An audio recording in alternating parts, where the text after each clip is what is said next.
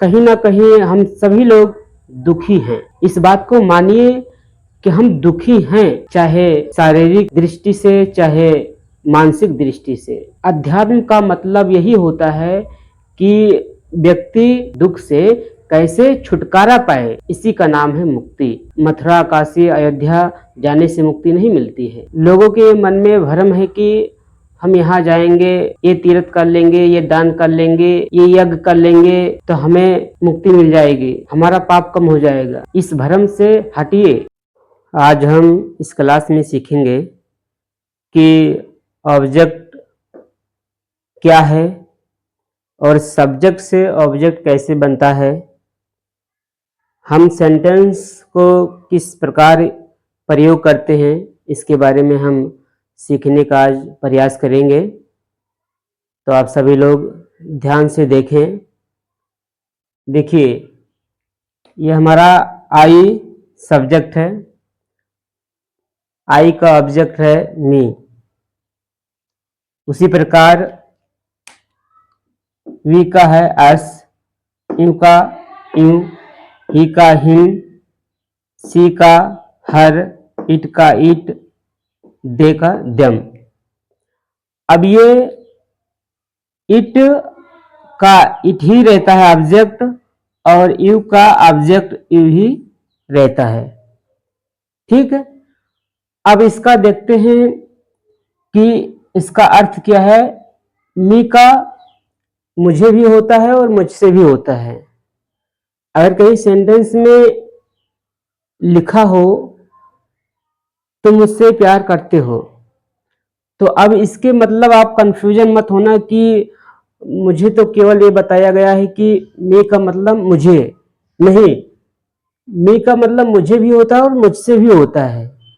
ये चीज आप ध्यान से देखें। अस का हमें और हमसे, यू का तुम्हें तुमसे और आपको और आपसे। देखिए, छोटे के लिए, अपने से छोटे के लिए हम तुम्हें या तुमसे यूज करेंगे, प्रयोग करेंगे, और अपने बड़ों के लिए हम आपको या आपसे। फिर आ रहा हिम, हिम उसे या उससे, ये लड़के के लिए प्रयोग होगा। फिर आ रहा है सी का हर, उसे या उससे, ये हर लड़की के लिए प्रयोग होगा। फिर आ रहा है इट, इसे या इससे। देम, देम आ रहा है उन्हें या उनसे। ठीक है, ये चीज आपको याद होना चाहिए। और हम अब ये देखेंगे कि इनका सेंटेंस, इनका वाक्य कैसे बनता है, कैसे ये ऑब्जेक्ट जो है हमारे सेंटेंस में काम करता है। जैसे कि राम विल हिट मी, ठीक है, राम मुझे मारेगा। ठीक है, अब यहां मी है तो ये मी ऑब्जेक्ट का काम कर रहा है। ठीक है, अब आ रहा है ही टोल्ड मी, वो मुझे बताया। तो यहां पर भी मी क्या कर रहा है, ऑब्जेक्ट का काम कर रहा है। जैसे सीता विल कॉल अस, सीता हमको कॉल करेगी। तो यहां अस क्या है, अस हमारा ऑब्जेक्ट है। आज हम इस क्लास में सीखे कि सब्जेक्ट से ऑब्जेक्ट कैसे बनता है और ऑब्जेक्ट को हम सेंटेंस में किस प्रकार प्रयोग करते हैं।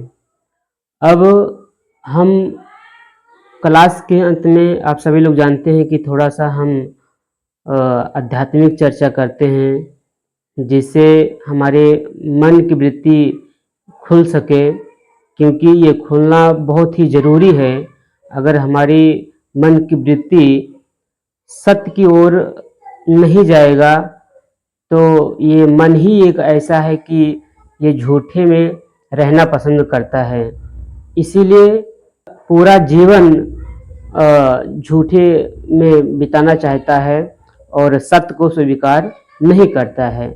इसीलिए हम ये प्रयास कर रहे हैं कि जो भी मुझ में थोड़ा सा ज्ञान है विवेक है, आप सभी लोगों के आशीर्वाद से मैं आप सभी लोगों तक पहुंचाने का प्रयास इस वीडियो के माध्यम से कर रहा हूं।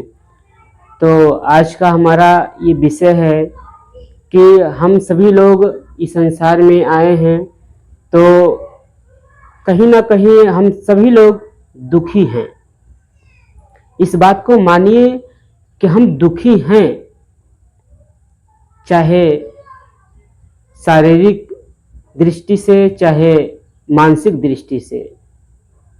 हर एक व्यक्ति दुखी है और अध्यात्म का मतलब यही होता है कि व्यक्ति दुख से कैसे पार पाए, दुख से कैसे छुटकारा पाए, इसी का नाम है मुक्ति।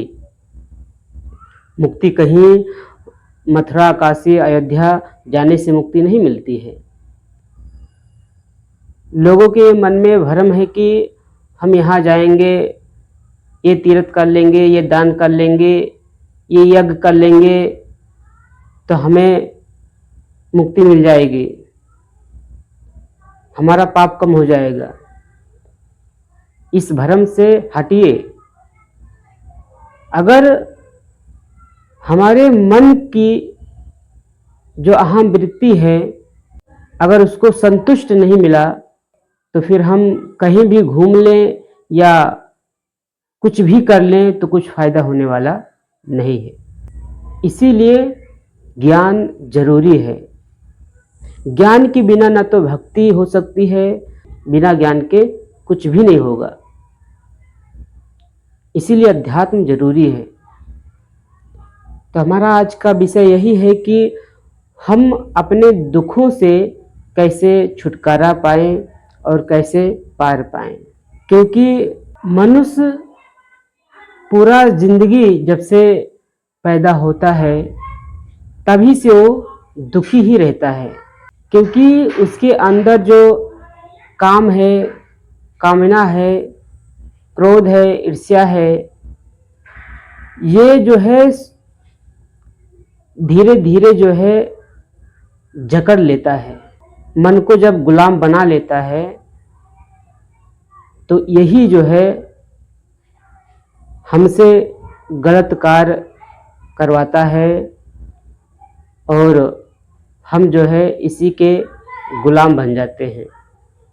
लेकिन हम इससे छुटकारा पाने के लिए कोशिश ही नहीं करते हैं। चर्चा करेंगे श्रीमद् भागवत गीता का पहला श्लोक है कि अर्जुन जब धर्म युद्ध में जाते हैं, कुरुक्षेत्र में जाते हैं, तो उनके मन में डर है, संशय है, मोह है। मोह से वो ग्रसित हैं। उनको यही नहीं दिखाई देता है कि हमारे सामने कौन खड़ा है, जबकि उनके सामने भगवान श्री कृष्ण साक्षात खड़े हैं। उसके बावजूद भी मोह से वो ग्रसित हैं और कहते हैं कि हे माधव, हम कैसे इनको मारे, ये तो हमारे रिश्तेदार हैं, ये हमारे गुरु हैं, ये हमें बचपन में चलना सिखाए, हमको शिक्षा दिया, विद्या दिया, हम कैसे इनको मारे। भगवान श्री कृष्ण बहुत ही विस्तृत रूप से अर्जुन को समझाते हैं और उनको जो है उस भ्रम से निकालते हैं। तो हम सभी लोग अर्जुन ही हैं। अर्जुन की समस्या हमारी समस्या है, अर्जुन का दुख हमारा दुख है, लेकिन हम जहाँ के हैं वहीं का ही बना रहने चाहते हैं। हम उसके आगे निकलने का प्रयास नहीं करते हैं।